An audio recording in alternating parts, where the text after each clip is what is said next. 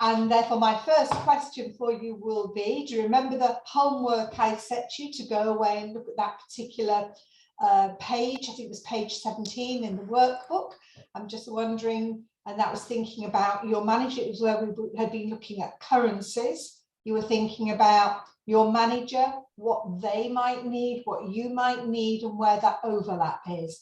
So I'd be interested in the chat box to see if any of you spent a little bit of time doing that activity. If you'd like to put any comments there in the chat box, that would be great. So I'll wait and see if anything comes up, let you do that. And I'll also start now to get ready with my screen sharing and for our fourth session. Okay, so I can't see any comments coming in quite yet. I can see we've now got 12 participants, so I'm going to make a start for us. So I should now be sharing session 4, understanding yourself and others. And I think that as a manager, that is exactly what we have to do. We have to be very self-aware, know our strengths and weaknesses, know what makes us tick, but also very much thinking about our individuals and what makes them tick. So that's our general travel for today. You can see, therefore, that's where we are in our series. Once we have finished today, we are halfway through this program. And remember my analogy of dropping the pebble in the pond, and we grow our knowledge and activity over the course of this program together. I'll do this reminder. What are the specifics of today? The specifics of today, which I've hinted at just now, exploring what motivates us as managers, but also thinking about what motivates our staff members. We're going to be doing an activity around becoming an effective listener. In fact, I guess a couple of activities around that. And then we're going to be examining the nature of feedback, why it's important, how to do it well. And there's going to be a discussion piece around that, and then an activity too.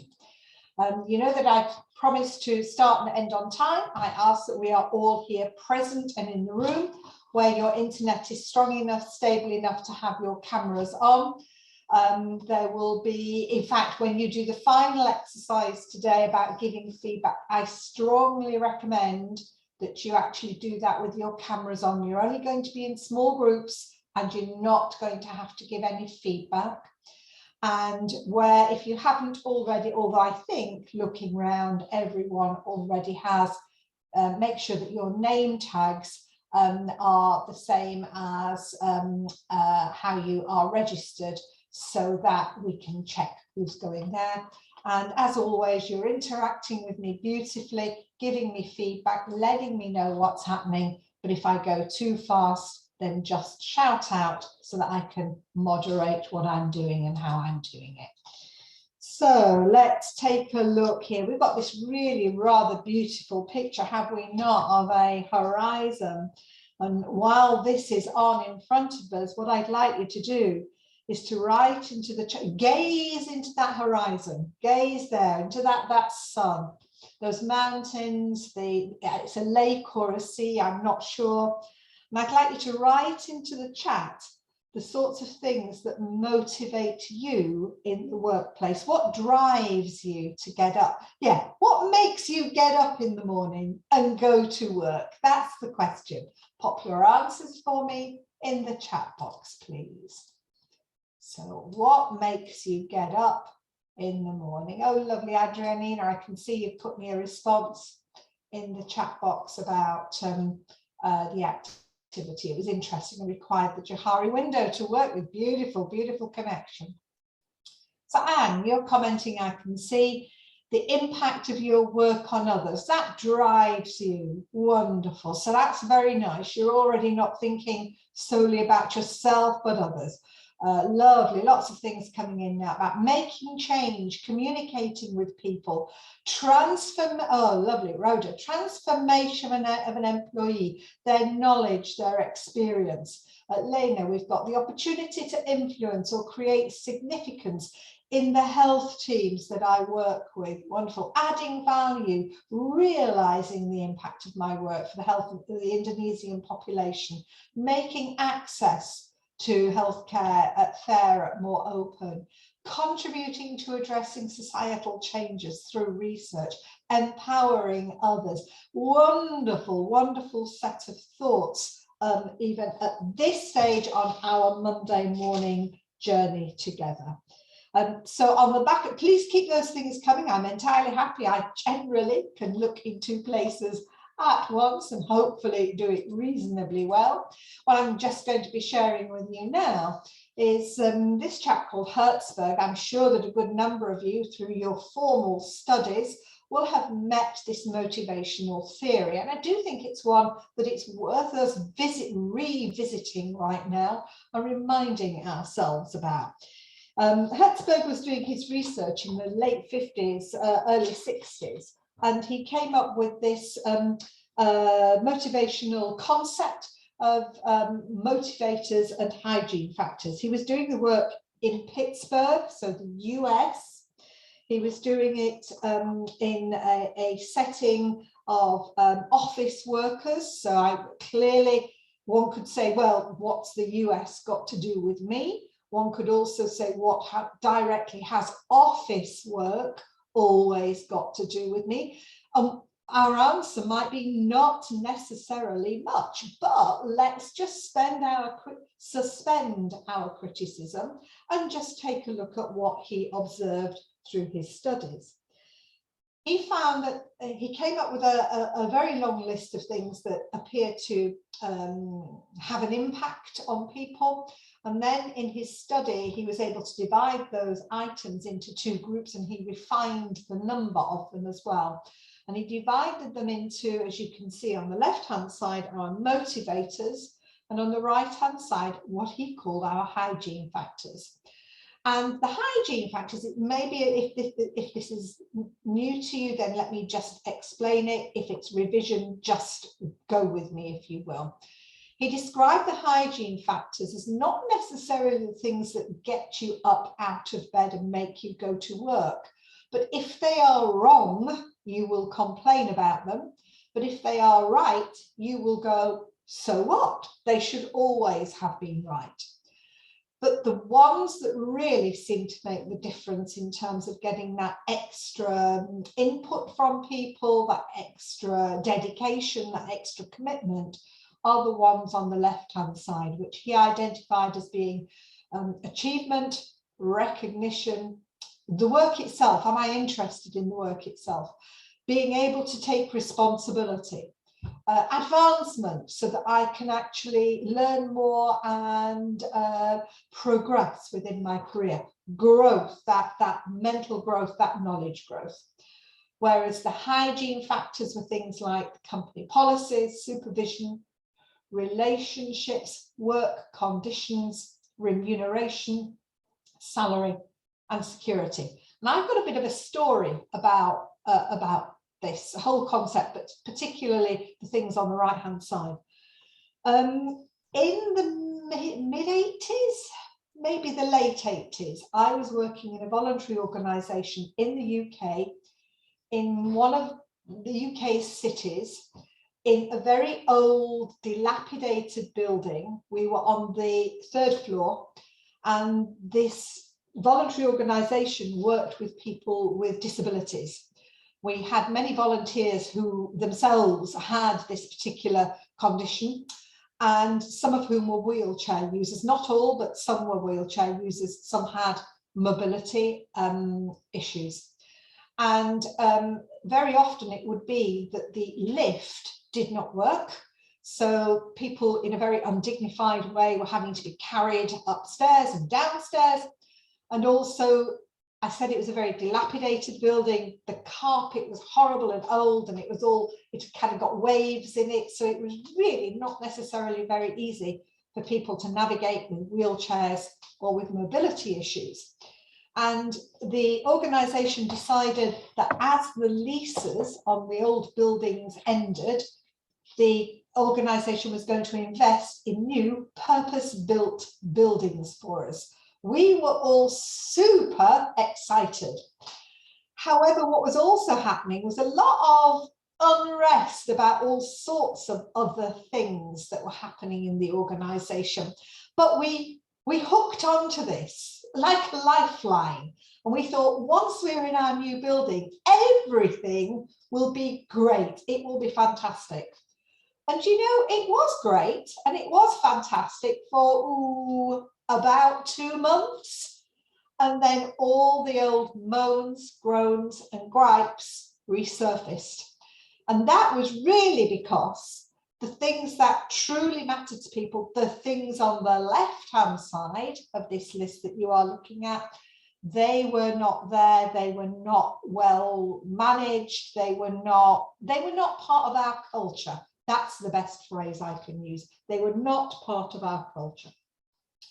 So what I'd like you to do is to use the chat box. Let's keep this as a reminder on the screen right now for us. I'd like you to again use the chat box. And I'd like you to think about the one thing that would cause you to leave your new job or go to a new employer. Let's have that going up there into the chat box. I'm just going to take a drink of my coffee. What's the one thing that would cause you to leave your job to go to a new employer? Right, great. Camilla, I can see your question about how I would fit culture there. Yeah, okay, I'll come back to that. I'm not ignoring your question. So, and also question then that follow, right, is cultural hygiene or more motivator? Yeah, I'll pick that up. Okay. I'll just see if I get some answers to my other questions at the moment. What's the one thing, because I think it might lead us to the answer to your question actually, Camilla. What's the one thing that will cause you to leave your job to go to a new employer? Use this list, prompt your thinking.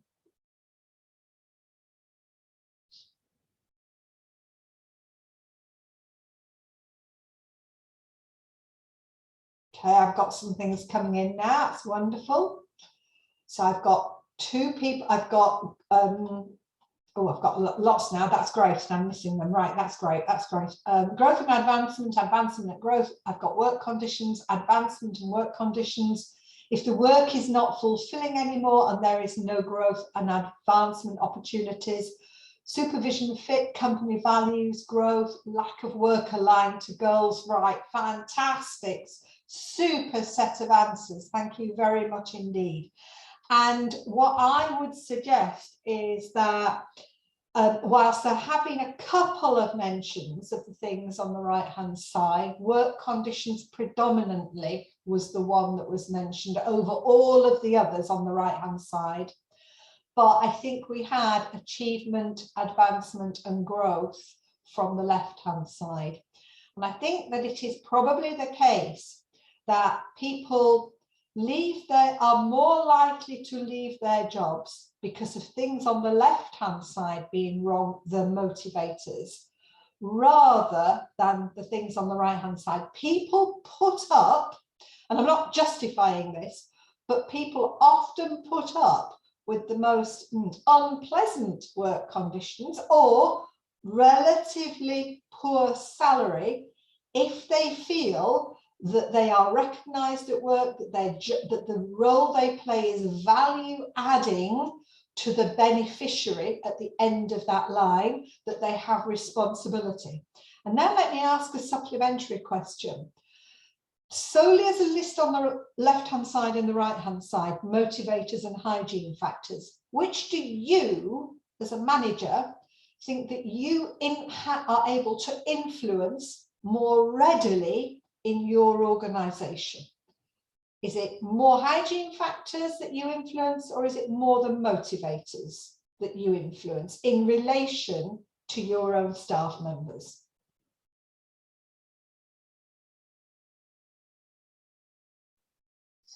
I'm just letting that land with you and seeing if I get any questions coming up. Right, so I'm starting to. So it's more for Anne, it's more the motivators, probably motivators. Yeah, yeah. And I honestly do think, yes, and I love the phrase that some of you have put, it's probably motivators. I don't think it's an absolute answer, you know, a right, wrong, a left side or a right hand side. So if I had to divide it as a ratio, I'm going to say, I think 80% of the time, people are likely to leave a job, and Rhoda, I think you've just picked this up with your phrase, 80% of the time, if the motivators aren't there for me as a staff member, that's why I'll leave. But only 20% of the time, the things that are on the hygiene factors. Therefore, what is the major message that potentially comes out of this as an activity? And it is that if it is true that we as managers have influence over the things on the left-hand side, much more on the right-hand side, then those, as a manager, we need to make sure that we are giving people recognition, that we are giving them interesting work. We know that across the range of work you and your department need to deliver, there will be a range. But where you know, don't give all the interesting work to one person. Make sure that and also don't give the challenging work only ever to one person. Yes, it's about pitching it at their level, but also give people that stretch factor, because there's the growth element. Make sure that they are then well supported by you, by others within the team. When you then achieve that as a team, make sure, and as an individual, make sure that's celebrated. So you can really influence the things that here on the left-hand side, I would suggest more so than the things that we can on the right-hand side. Let me come back to Camilla, your question. It was around, and I'm just scrolling back up to it. Here we go, and I've lost it now. It was about culture. And it's so far up now, which means you're being really active in the chat box. I'm now having difficulty refinding it, which is very interesting. Okay, here we are, here we are. How would I fit culture there? Right, okay. So for me, a description of culture is the way things are done around here. So take that phrase, the way things are done around here. And it becomes kind of inherent in our practices and behaviours at the organisational level and therefore the individual level. And I think that organisational values, and I think that was also something else that was mentioned in chat just now, organisational values are often very strong. They can be things that we aspire to as an organisation, but actually if they are then well supported by descriptions of behaviours, the things that we want to see our managers and staff members doing day by day, then I think that those things become ways in which we ensure we nudge our organisation towards that kind of culture and feel. And therefore, again, let me come back to what I'm still sharing on the screen with you.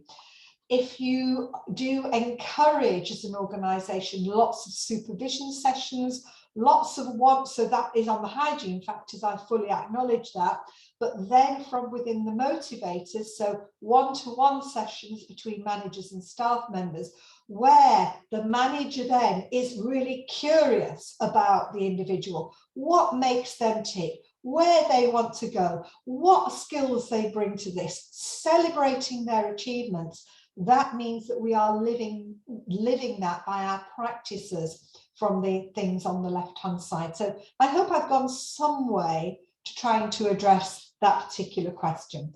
Now, I think we've got an activity, a group activity coming up right now. We have indeed.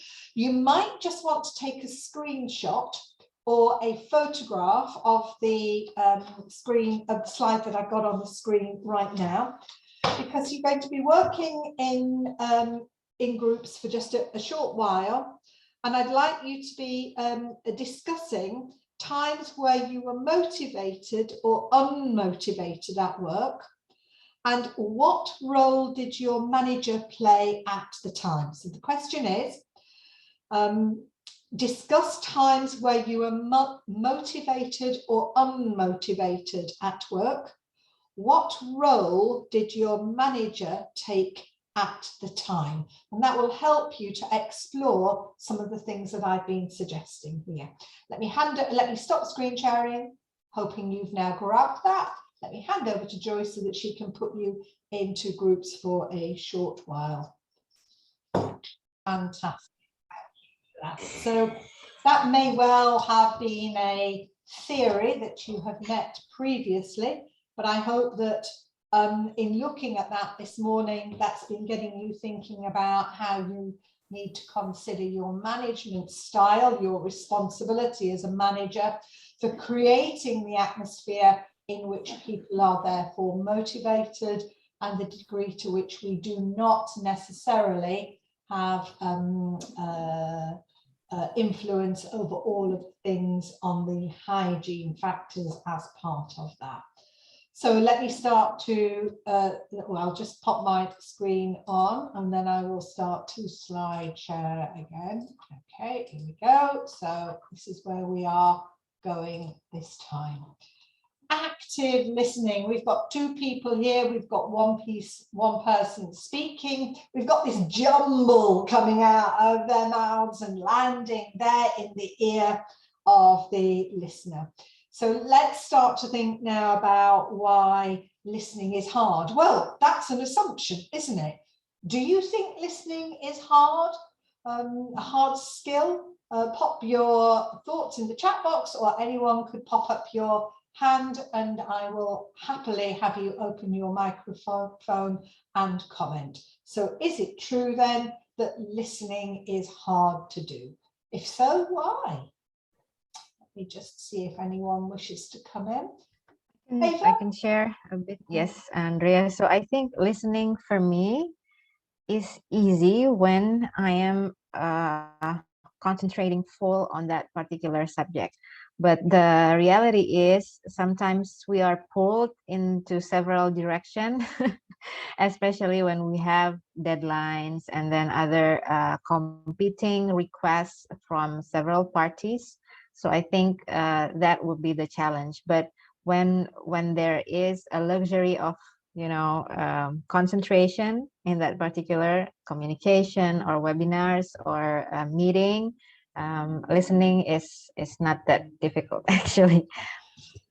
Very good. I like your observations. Very strong indeed. Thank you. Because I think you've hit on that notion that most of the time, living in the sort of world we do, we've got all of these other distractions quite often that are taking us in different directions.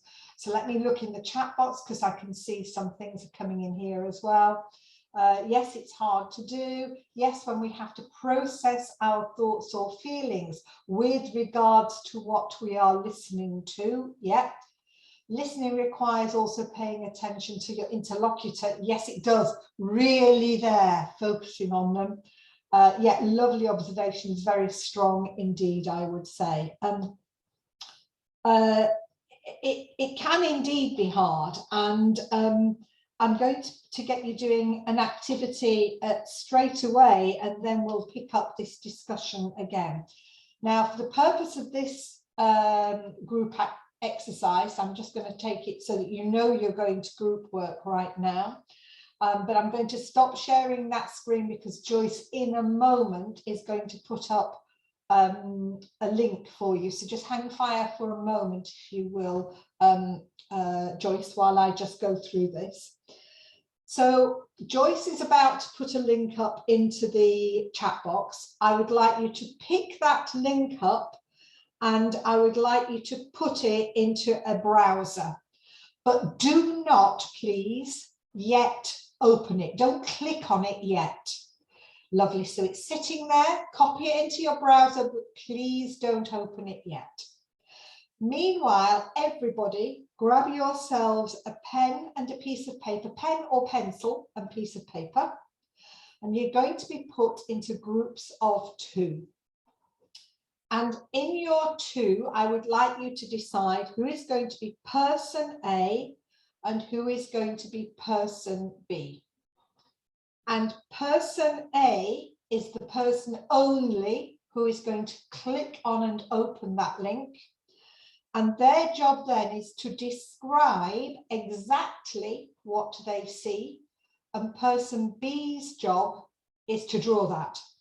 This is not about being a great artist. It's even if we have enough instruction and if we can listen carefully enough to what's being said to replicate what that person is themselves seeing.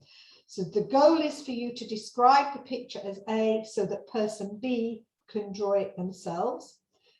Person B listens and draws it, but may not ask any questions for clarification. You only have 5 minutes to do it, so you have to jump straight in. If there is a group of 3, then one person play A, who is the describer, and both of the other people play B, who are the drawers. You're off to your groups. Have fun. Do I have any person Bs who would like to share? Hold your drawing up and see how close it was. Yes, Charity. Yeah, I can see yours. That's very close. Yeah, anybody else going to share? Thank you, Charity. Anybody else? Got some coming up? Yeah. Oh, I've got 2. Alice, there were 2 there, so 2 goes by the looks of it. Yes, but some of them are quite clear when you hold that. Lovely. I can see. Sorry, say again, Joyce. Somebody was speaking and I talked over them. I do beg your pardon. I was saying there are 2, but you can go with the one on the right. Go with the one on the right, go with it. Lovely, thank you. Got it now, thank you. With the one on the right, yeah, very close, wonderful. Yes, very close, brilliant. Super, thank you all very much indeed for that. So then we have an activity around you as a listener where you were the drawer, not able to ask any questions for clarification. So how hard was that? How natural or unnatural was that?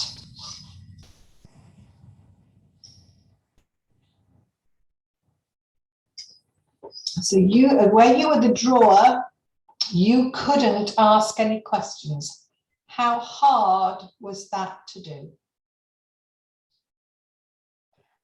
In my group, it wasn't hard. It wasn't hard?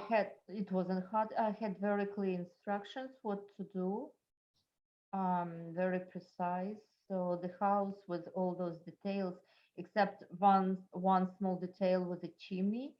I didn't get whether it's like decoration or something, but at least I got the chimney. The rest was very clear, easy.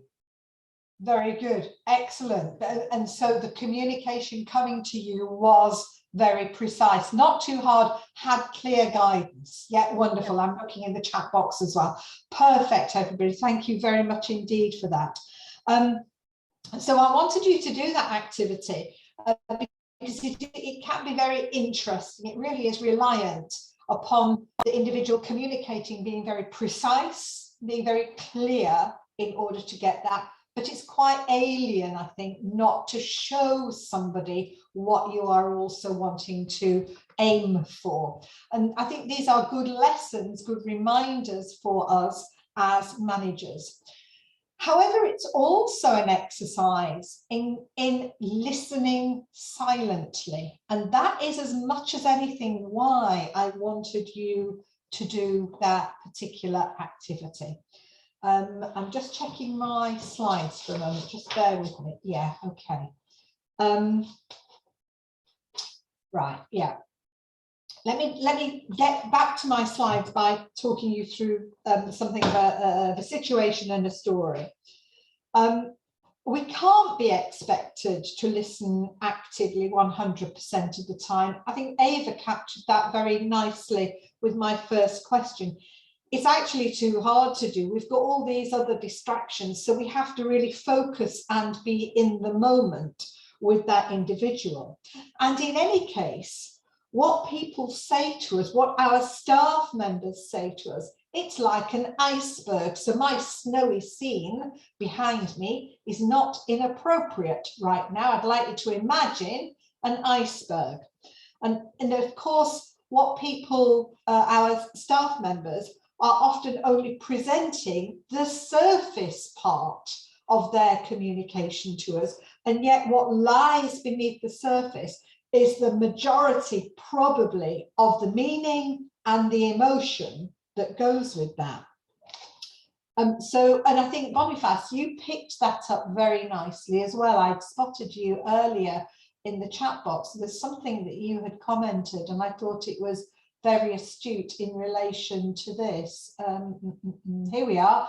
Listening requires you to pay attention to both verbal and non-verbal communication. And actually, it can be the non-verbal that might be an indicator of what might be going on beneath the surface, although even then, we cannot make that assumption of our interpretation, and we will therefore need to check it out through our questions.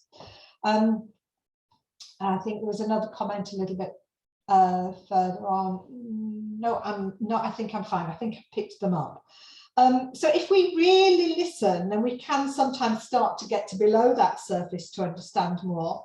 And that helps us to find out why someone wants what they want, what their concerns are, why they act, how they act, what their motivations are, etc. So I'd like you to imagine through a story here, a mother, she has one orange and two children, and those two children are fighting over the orange. I need the orange, says one of the children. What on earth can the mother do? Cut the orange in half just to try to create some kind of appeasement? And yet, even if she does that, maybe neither party will still be satisfied. What if she asked them why they wanted the orange? So actually be curious as to what their motivation was. It might just turn out that one of the children would like the juice in order to drink that juice, and the other child would like the rind because they either want to perhaps dry it, you can dry rind and make models with it, or might want to use the zest, so to scrape it and put that zest into a cake that they want to make. So if only the mother had made the inquiry, she might have found out more what was happening beneath the surface. I'm just going to come back now to my screen share and move on now with one slide, because this is where I want to take us with that analogy and that activity. There are thought to be 4 different levels of active listening, and actually taking them step by step can be very helpful when we are with our own staff members. So first of all, I'd like you to think about unfiltered listening, listening without responding, where people who were the B characters in that last activity, you were asked to listen without respond. You were doing something, you were drawing, but to listen without responding. It may seem almost very unnatural, but it goes back to what the word that you used, Ava, about really concentrating and focusing. I think one of the things with listening is that rather than truly listening, we're actually working in our head the answer even before that person has stopped speaking. In fact, I'd like to recommend a book to you right now. It's a book called Time to Think by, I want to say her name is Anne Klein, but I'm just hesitating. I'm looking over at my bookshelf. I can't see it while you are doing it. Nancy Klein. Time to Think by Nancy Klein. It's really fantastic at this stuff around unfiltered listening. I'll put her the book title and her name in the chat box in just a moment when I've taken us through this. So rather than spending time forming a response, we need to listen. We want to come up with solutions and fixes for the problem. Well, maybe that's not what the person is asking for us. Maybe they just want to be heard.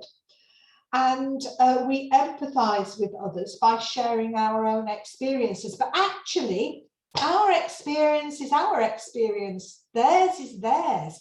So maybe for now, we need to park our own experience and truly listen in an unfiltered way.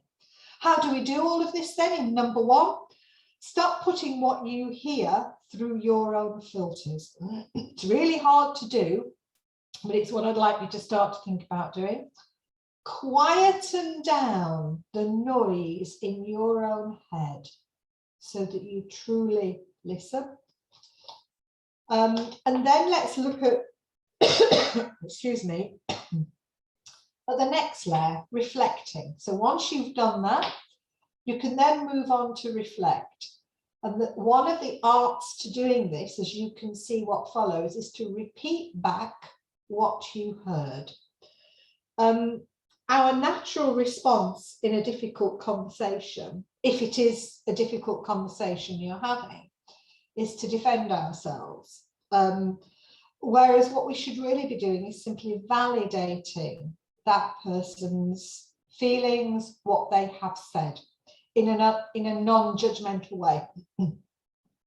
It's important in a challenging conversation, particularly with our staff members. So the other person feels, but if we do reflect back to them, and that is using a phrase that they have just used to us, I've seen it where something magic happens. That person says, that's exactly what I meant. That's exactly what I was saying. And so now there is that validation of what you've heard. When I have used this technique, sometimes, and I'm just going to jump back a couple of slides actually. Yeah, I want to jump back to this slide. If I'm the listener here, so this person is talking to me, this jumble is happening in the middle, it's coming into my head. I sometimes think, do you know, I'm not really sure what they're saying. And that is where repeating back simply what you heard can be so useful, because one of two things could happen. They might say, that's exactly what I meant. Or they might say, that's not what I was saying at all. And even if in your head, a little voice says that I have used exactly the phrase that you have used, that doesn't matter. That's absolutely fine, because it enables that person to go back round their loop and their thought process again. So effectively, and I am going to jump back 2 slides again. If I can, my slide won't go. Here we go, there we are.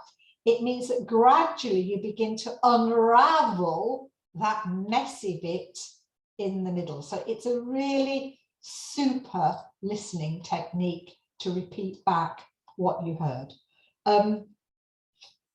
This reflects, therefore, without using your filters. So repeat back. You might then, even in that second stage, excuse me, want to reframe, so kind of slightly use a different phraseology, connotation, that helps them, or if there was a lot of emotion in what was said, remove the emotion part, but keep the fact part. So that reframes it to the person. And that can really help them to calm, if calm is what is needed in that particular situation. The third stage, as you can see, I've not put my highlighter on, have I? Let me do that spotlight. Oops, spotlight. Here we go, spotlight. Okay, here, the third stage or style is then to move on to inquire with them. So really begin to ask questions. This can be hard to do because we assume we know what we know, and we know what we don't know because we layer our own thoughts and beliefs onto those situations. So we're making those assumptions. But it is really important to do because we can never really know what someone's experience is until we ask them. So do that by keeping your questions simple and short. Make them open, demonstrate that you are open-minded. So something like, help me to understand why that's important to you. Questions should not be answered, so you should really ask questions that the person cannot answer yes or no to. You really want them to develop their thinking to enable you to understand more about their situation. Then you're able to move on to the fourth of these, generate, oh, and sorry, the iceberg is covering that last word, isn't it? I didn't realize that. So generate ideas, but before you judge them. And so the final piece of active listening is to engage the person with the end goal, finding some potential solutions to whatever the situation is that either they have brought or you have brought. And my recommendation is that you generate quite a mass of options at that stage, and that you don't judge them initially. You kind of go for the volume. We could do this, you could do that, there is that, and get them to provide the options, and only then come back to them and begin to unpick them and go through them in more detail so that you can highlight, or you get them to highlight, which is going to be the best way forward. I hope that part was useful to you in thinking about our listening style, or in relation to today's session of understanding ourselves and others. I'm about now to move on to develop what we've just covered in terms of feedback. And I think that all of this fits very well, everything that we're covering today fits very well with the fact that we should be having regular one-to-one meetings with our own staff members. So I'd be curious to know how often you run one-to-ones with your staff members. Pop this into the chat box for me, if you will.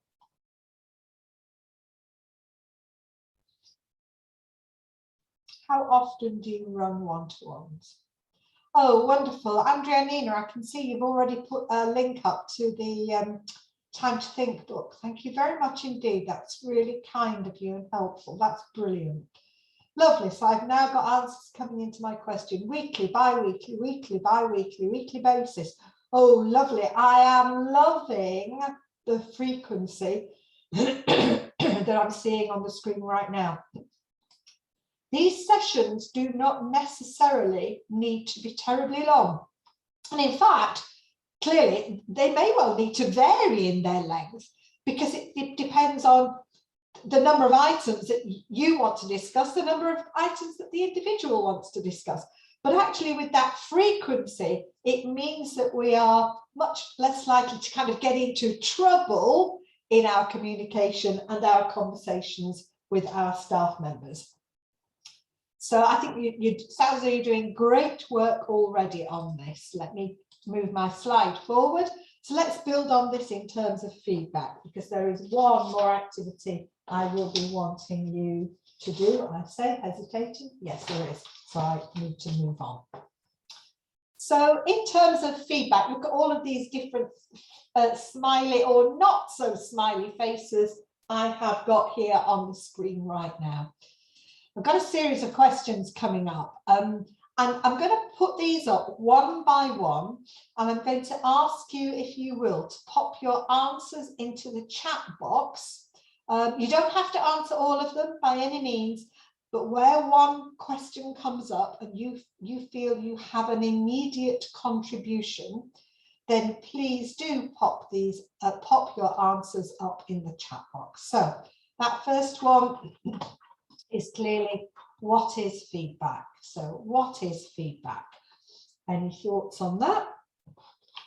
And I will keep talking about each of these, but I'm going to be watching the chat box at the same time as talking you through them.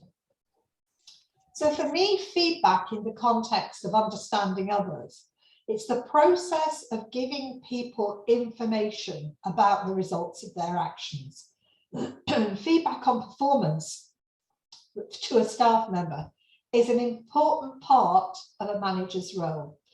When I'm the recipient of feedback, I often think that feedback is very valuable, because when I am in the midst of doing something, I am so focused on it, I'm so concentrated on it, I can't kind of quite have this almost out of body experience and go and stand over there and watch myself right now. And so the process of feedback is where somebody else gives that feedback to me, gives me that insight about myself. Lovely. So Camillo, giving back in return when something is received. Now, oh, you have just reminded me very helpfully of what we were looking at last time about currencies. And actually, I think that feedback should very much be a two-way street between manager and staff member. So it's not only about the manager giving the staff member feedback. I want you to create an atmosphere, a climate where you encourage feedback to you from your own staff members. And I think I said at quite an early stage last week that one of the best things we can ever do with our own staff members is to ask them what they expect of us as a manager. And therefore, I would, in that same conversation, say, I want you to give me feedback too. So I'm loving what I'm seeing coming up on the chat box right now. Some really, really astute observations, retro information to improve oneself, information about the past given in the present with the goal of influencing behavior or performance in the future. Lovely past, present, future connection. What's the purpose of feedback? And I think you therefore very neatly wrapped that up into it. The purpose of feedback is to help people see others as they see themselves, to highlight the individual strengths, weaknesses, and contributions. And this provides a strong basis for learning about oneself with the opportunity to do things differently in the future. And for a manager, it does provide a vital part in maintaining and improving performance standards. Why is it important? It again, I think lovely, some other very nice things coming up here now. I can see for personal and professional growth, acknowledgement of achievement, and that expectations are met. So nice connections here. Why is it important? It has the potential to improve levels of performance. However, if badly handled, it can cause at best superficial conformity, but underlying rejection and resentment. And therefore, here's a link straight back to the first thing we looked at this morning. Delivered badly, it can demotivate. Therefore, as managers, we really need to be practicing what we are looking at today. Why is it difficult? It can be difficult because people do not generally enjoy criticizing others. Now, remember that word criticism. It tends to be seen in a negative light, whereas criticism also has a positive connotation. So let's see it as a coin with two sides here. And actually, even if there is something where we need to give feedback in order for an individual to grow and do something differently, then we need to deliver that in a positive manner. So we really need to think very carefully about it and be good at it. What we cannot afford to do is to say, oh, I'm worried about giving it, I'm worried about what the consequences might be. Well, do you know what I would rather you think about? What are the consequences of not giving this feedback? If you don't give this feedback, people carry on doing it in their way, which might not be the right way or the right way for this task. And they carry on thinking they're doing the right thing. And even if they're not doing the right thing, and that might have an impact on others, and therefore look what's happening to the motivation of the rest of the team. It's spiraling downwards. So that's why I want you to think about the consequences of not giving that feedback. I'm going to challenge you and think it doesn't matter if you feel uncomfortable. I want you to learn to do it kindly, to do it respectfully, but to do it at all costs. And I think that what we're talking about this morning are the ways in which to do it. How to give feedback, so that's where we are beginning to land now. And I'm going to know that you're going to come up in the chat box with lots of super things around this, because you're giving such fantastic responses here this morning. But some of my top tips for you all would be, we should always give it when our intention is to be helpful. We should include positive reinforcement of strengths. However, I bet many of us have been taught or have learned to give good, bad, good feedback. So it's often known as the feedback sandwich. Yeah, give good, give the negative, then give the good again. Do you know what? I like that less and less the older I get. And the reason I like it less and less is that I think most people have got wise to that. And so when they are given a good piece of feedback, they go, oh yes, and what's coming next? What have I done wrong? And it kind of dilutes it all somehow. So I actually want us to give positive feedback when positive feedback is needed, but I actually want us to give negative feedback constructively when that is what is required.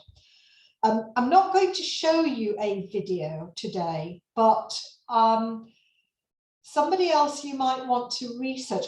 I think it might be in your workbook, but I can't quite remember. There's an individual who operates in the United States, out of Boulder, Colorado, called Shari Harley. Her name is S-H-A-R-I, and then Harley, H-A-R-L-E-Y. If you look her up, you will find some really a very interesting step-by-step approach to giving feedback and giving it straight and directly, but giving it fairly. Now, what I'm sharing with you now is kind of like a shorthand version of that. So you might want to think about it. I'm just going to quickly type her name into the chat box so that you've got it and could go back to it. So just bear with me a moment. Yeah, if any of you look her up, you are bound to find her, okay? So what else would I say about giving feedback? We should describe the behaviour, describe what we actually see, because that then enables people to concentrate on the areas of their life that they can control. We should be specific. We should describe, but without judging. That's also an important part of it. We should avoid presenting opinions as facts. So let me give you an example of this. If you were to say, I get the impression that you're not interested in your work anymore, that's a very hard statement. It's a tough statement, but it is much better than you've lost interest in your work. Because your impression is your impression, and that's valid, but you don't know what else is going on. Remember that iceberg? What's happening beneath the waterline? So I get the impression, and those I phrases are much better. Give enough information, but without overloading. and make sure it is future forward looking. So how could you address this? How could you tackle this situation next time? When to give feedback? We should give feedback ideally immediately to the event, because that is when it's all freshest in all of our minds, and therefore people have a good recall on it. We shouldn't give it, however, if the atmosphere is not right. So let's say there's some emotion running, maybe we need to park it just for today, but do it tomorrow, when maybe the immediate emotion has subsided. But the other factor from a human resources perspective is if an individual is under some kind of performance improvement plan and you give them feedback and you set an amount of time during which they need to improve, you need to make sure that they know your door is open and they can come back to you. But you shouldn't be sitting on their shoulder constantly monitoring closely.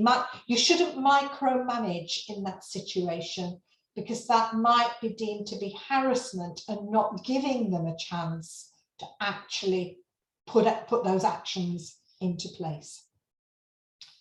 Let me just come back a moment. Oh, where am I going? There we are. So I hope that's been a good reminder around giving and receiving feedback. And I'm going to build on that with this as a model. It looks as though it's going to populate rather strangely, which surprises me, but never mind, I will cope.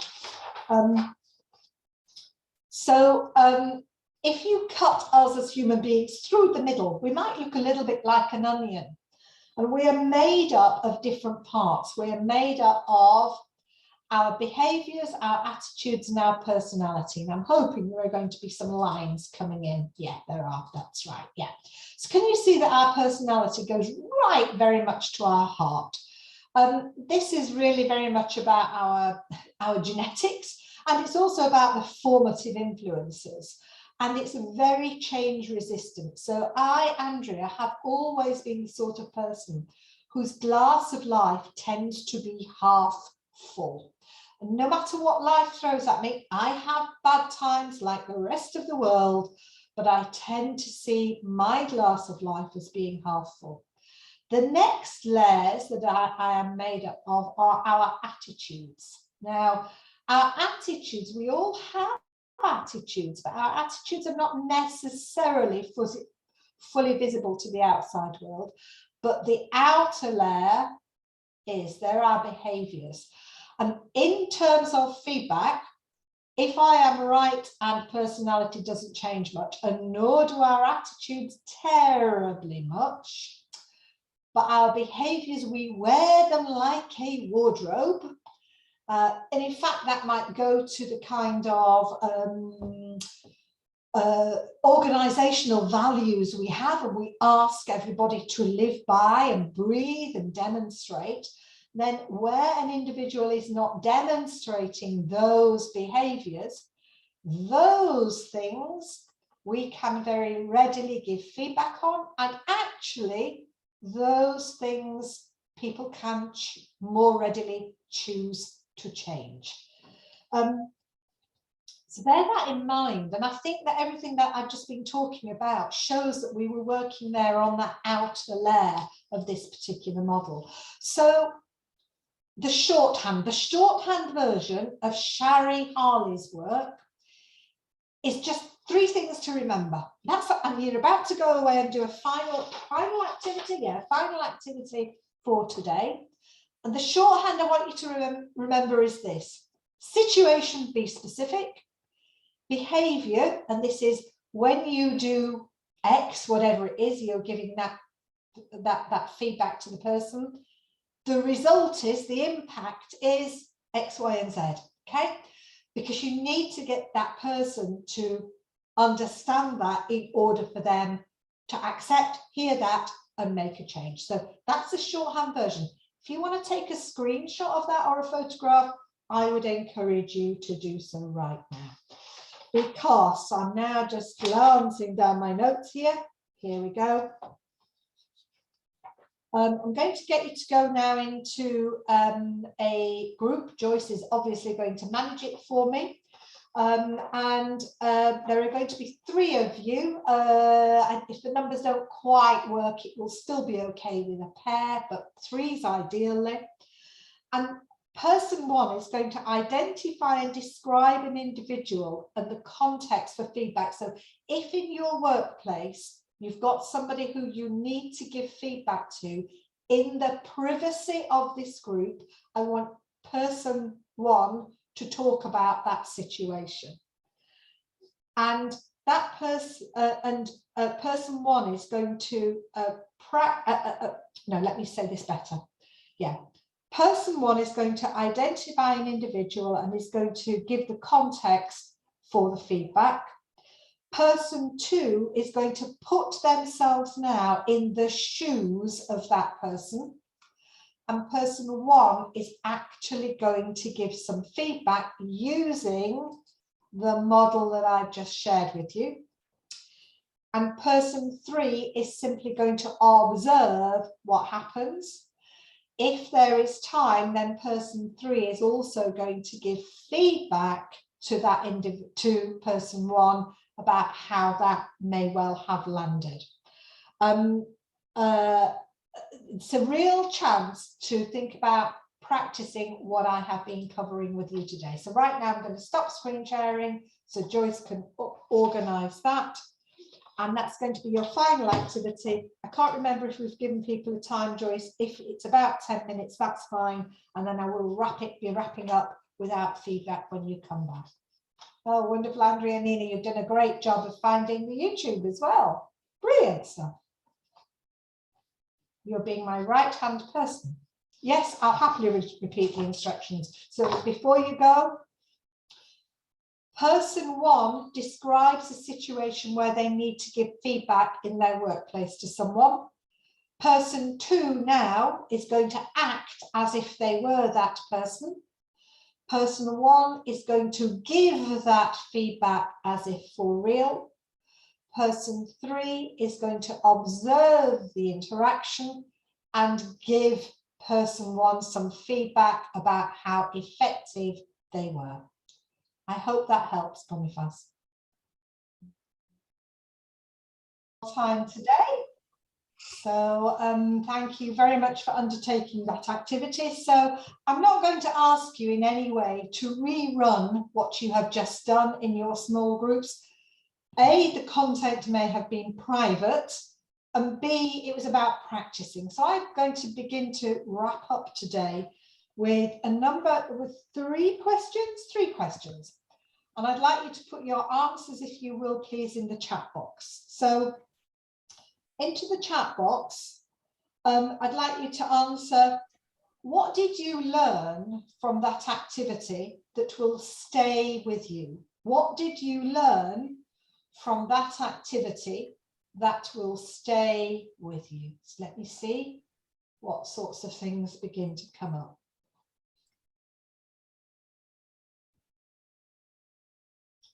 What did you learn from that activity that will stay with you?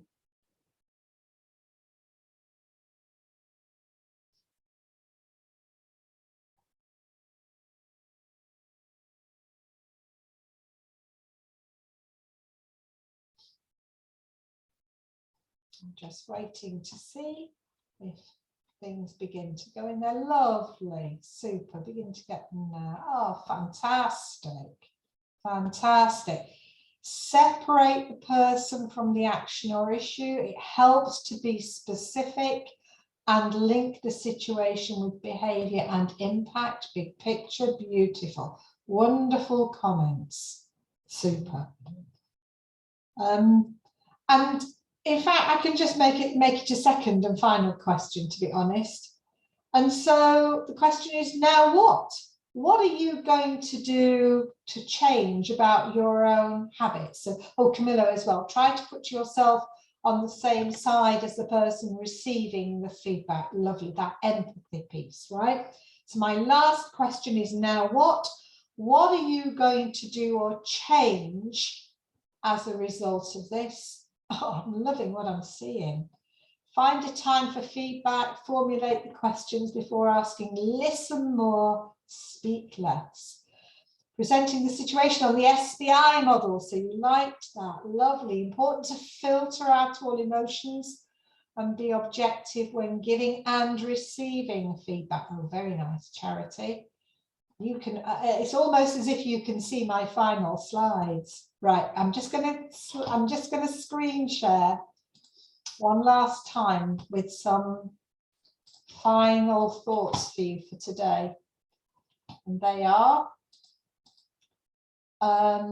giving the right feedback. I'm not going to read those out to you because I think we've already covered those, but it's this next screen that I want you to think about.